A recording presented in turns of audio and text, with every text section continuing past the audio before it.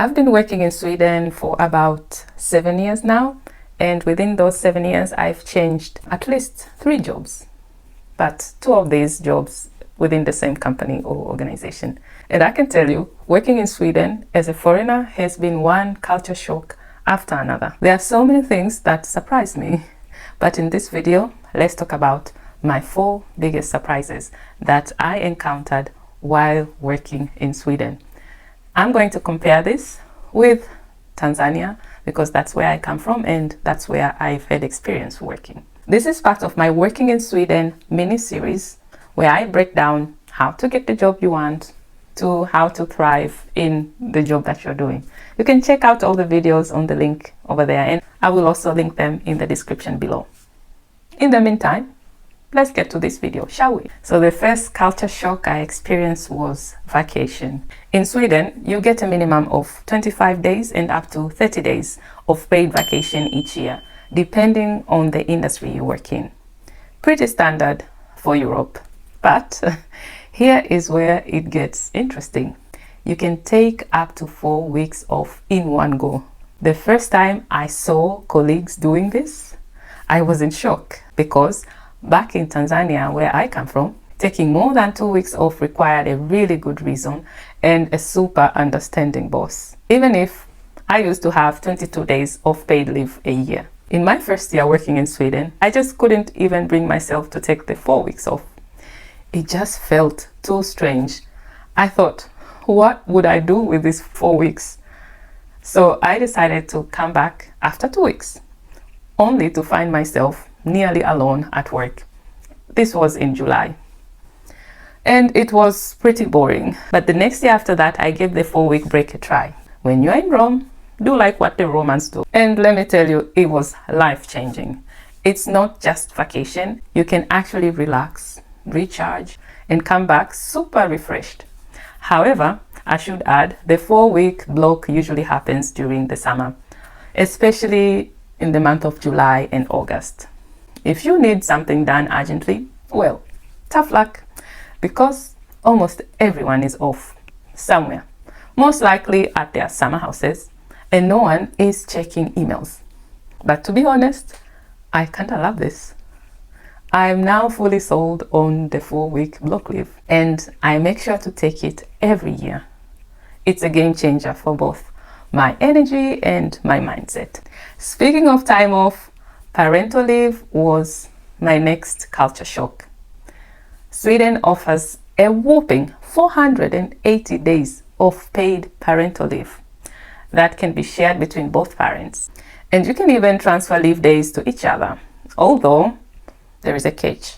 Each parent must take at least 90 days. Now, you don't get a full salary on parental leave. That's another catch.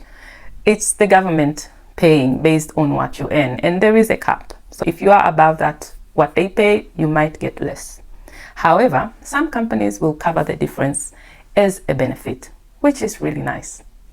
And what I love about this system is that your job is protected.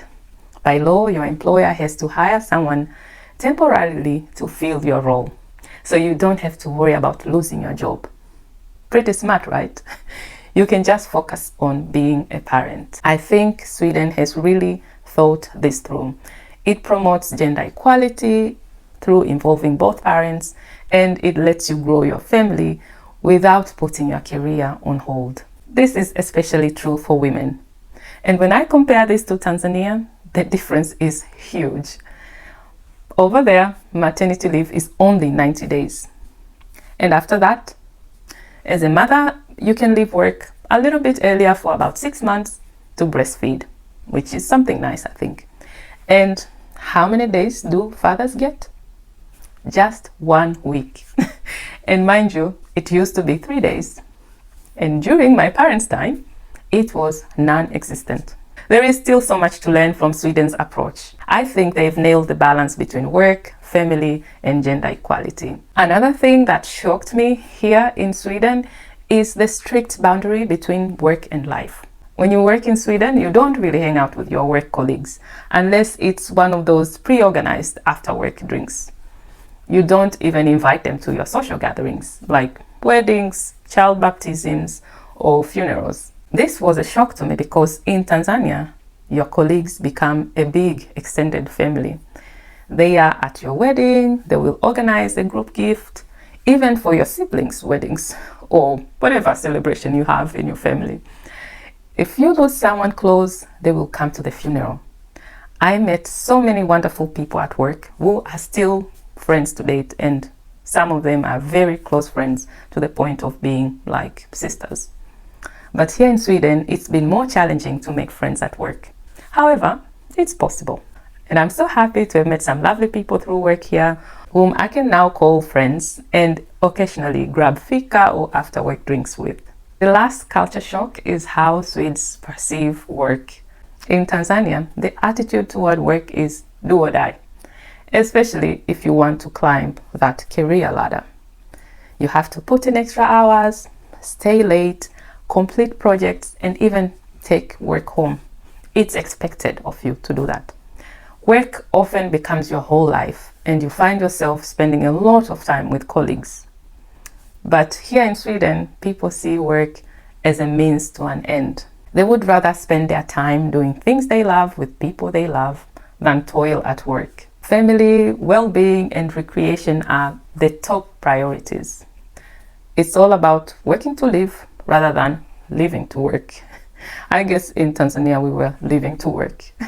And during work hours, people focus on doing their jobs super well. And at the end of the day, they go home to their families and loved ones. I must say, I have come to love this approach. Since moving to Sweden, I've noticed that my focus on family has really improved. Back home in Tanzania, I lived with my son and a maid.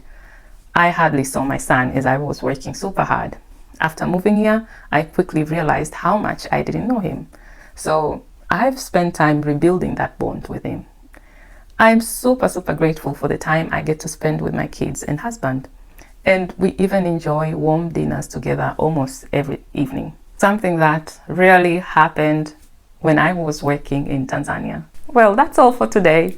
Thank you so much for being here and for watching. And remember to hit that subscribe button if you haven't already. And for those who have subscribed, thank you so much. It means the world to me. Otherwise, see you in my next video. Just click the boxes right here on the screen. Hey, doll!